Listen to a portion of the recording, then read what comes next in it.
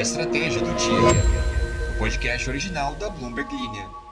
Imagina essa cena, você tá lá num shopping, você chama seu Uber pra ir pra casa, mas em vez do seu motorista aparecer, quem chega é Vladimir Putin. E do lado dele, Narendra Modi, da Índia, feliz da vida, dizendo que a corrida vai ser longa porque eles têm muito papo pra colocar em dia. Tá, não foi exatamente um Uber, mas Modi e Putin realmente chegaram juntos à reunião da cúpula de Xangai de limusine. E ainda abraçados e sorrindo bastante. Enquanto isso, Donald Trump, lá nos Estados Unidos, estava surtando com as compras de petróleo da Índia e chamando Nova Delhi de cúmplice da guerra. Então hoje a gente vai falar desse encontro, digamos, improvável, que parece mais roteiro de comédia romântica internacional do que geopolítica séria, mas que, olha, é bem importante de ser analisado.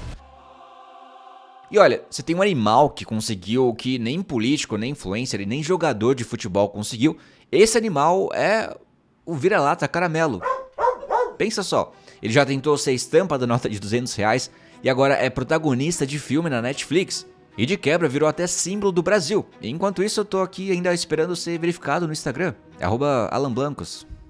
Então hoje a gente fala sobre como um cachorro aparentemente comum virou do nada um ícone cultural do nosso país. Também virou um negócio milionário e agora até estrela de cinema. Sim, vamos falar de cachorro caramelo no podcast. E antes de começar o episódio, vamos só lembrar que você pode seguir a gente, você pode entrar no nosso perfil, colocar para seguir, assim você fica atualizado todos os dias do que acontece no Brasil e no mundo. É simples. Então, é isso, bora lá.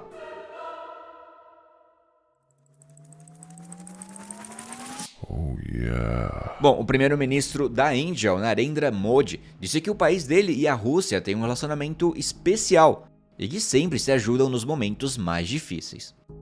Ele falou isso justamente quando os Estados Unidos estão criticando a Índia por continuar comprando petróleo russo. Modi fez esse discurso logo no começo de uma reunião com o presidente da Rússia, o Vladimir Putin, que aconteceu lá na China. A ideia era mostrar que a amizade entre os dois países segue firme, mesmo com a pressão pesada do governo de Donald Trump. E teve um detalhe curioso, tá? Em vez de irem separados para a reunião, Modi e Putin foram juntos no carro de Putin. Ficaram cerca de 1 hora ali conversando dentro da limusine, o que foi um improviso fora do protocolo oficial. Mais cedo eles também trocaram um abraço caloroso e Modi descreveu o encontro como uma satisfação. Olha, nas palavras de Modi, Índia e Rússia têm uma parceria especial e privilegiada. Nos momentos mais difíceis e desafiadores, Índia e Rússia sempre se apoiaram. Isso foi o que ele disse, tá? Ele ainda disse que espera ansiosamente a visita de Putin à Índia ainda esse ano. Vale um contexto aqui que esse encontro aconteceu durante a cúpula da Organização de Cooperação de Xangai, em Tianjin, na China, no dia 1º de setembro. E chama a atenção porque, nesse momento, o relacionamento entre Índia e Rússia está sendo olhado com lupa pelo resto do mundo.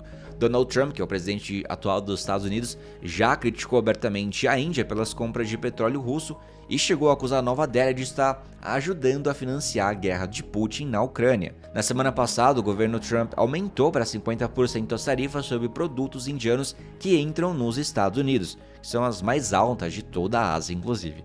Isso justamente para punir o país por essas compras de energia. E olha, por incrível que pareça, a resposta da Índia foi bem firme. Ela disse que mantém os laços com Moscou, chamou as medidas de Trump de injustas e não deu nenhum sinal de que vai diminuir as importações de petróleo russo. O ministro do petróleo, Hardip Puri, escreveu no jornal The Hindu que a Índia não quebrou nenhuma regra e que, na verdade, essas compras ajudam a proteger a economia global de um aumento ainda maior nos preços. Então, com a relação com os Estados Unidos cada vez mais desgastada, vamos dizer assim, Modi aproveitou a viagem à China para reforçar os laços com Pequim e, ao mesmo tempo, de quebra, deixou claro que a parceria com Moscou continua forte. Inclusive, em uma publicação no X, o antigo Twitter, Modi contou que ele e Putin conversaram sobre maneiras de aprofundar a cooperação em várias áreas, como comércio, fertilizantes, espaço, segurança e até cultura. Ele também disse que falaram sobre a guerra na Ucrânia. Inclusive, olha só que curioso, antes dessa viagem à China, Modi tinha conversado com o presidente da Ucrânia, o Zelensky,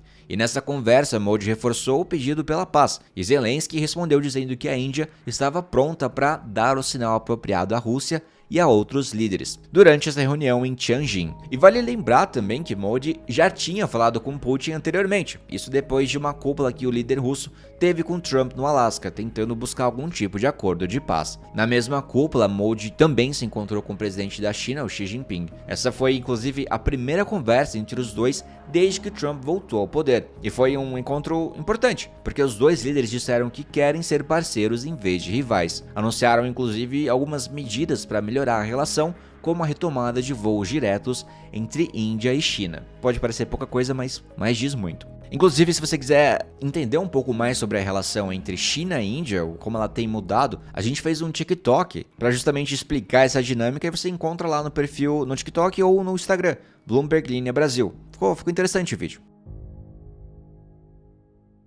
Olha, vamos falar de vira-lata caramelo. Pois é, quem diria?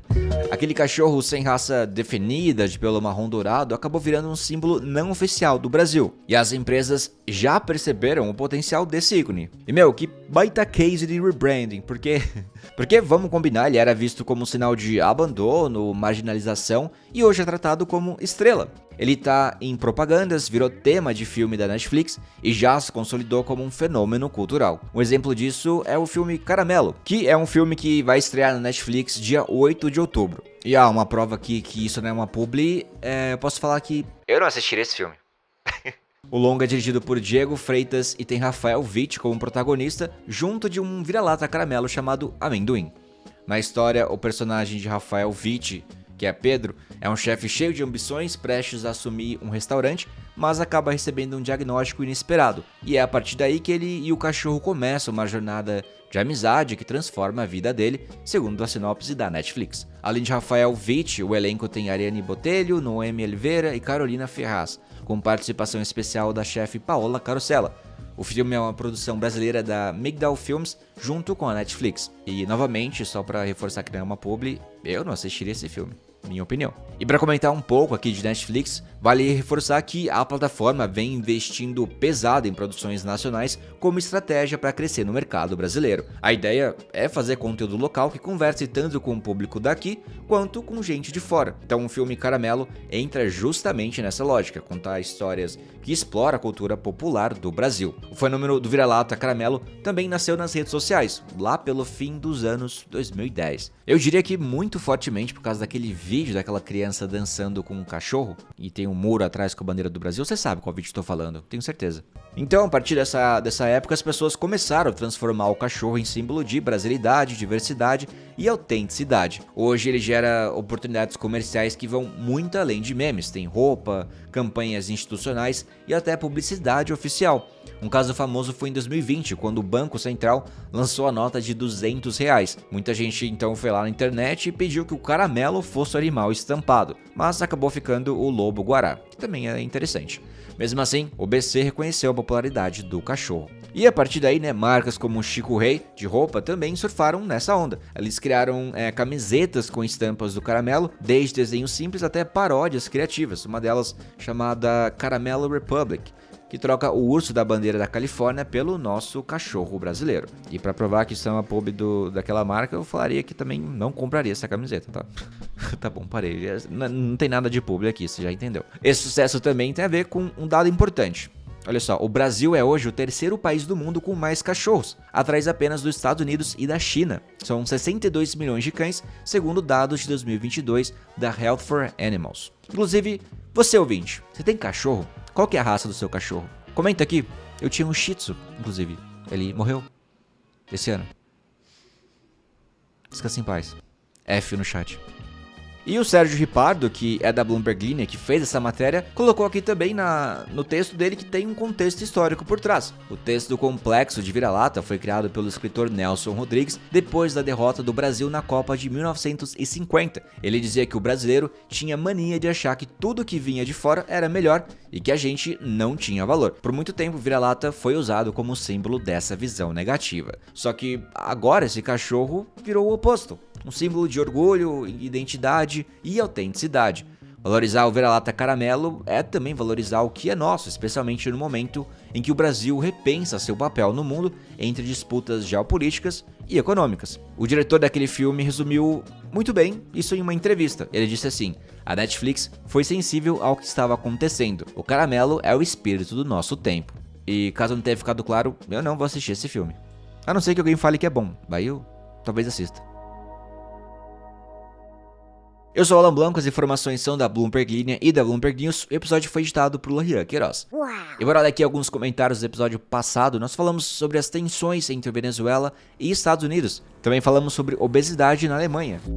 Eduardo comentou assim: nas férias de dezembro de 2024, cheguei a ter obesidade moderada. Primeira coisa que fiz após o ano novo foi procurar nutricionista. Ele diz que esse ano ele perdeu 10 quilos. Olha só, parabéns, Eduardo, muito bom.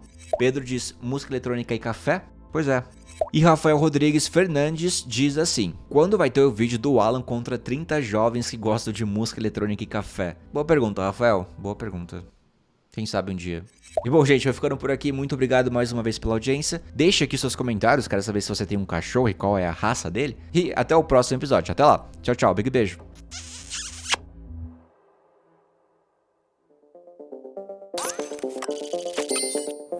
Achou que tinha acabado, né? Vim dar uma última passadinha para lembrar de que fazemos esse podcast com muito carinho. Toda a equipe se dedica para vocês terem um podcast diário e gratuito de alta qualidade. Se puderem seguir a gente aqui, obrigado. Talvez não te extermine quando as máquinas dominarem o mundo. #FaleitoLeve. Música eletrônica e café. Pois é.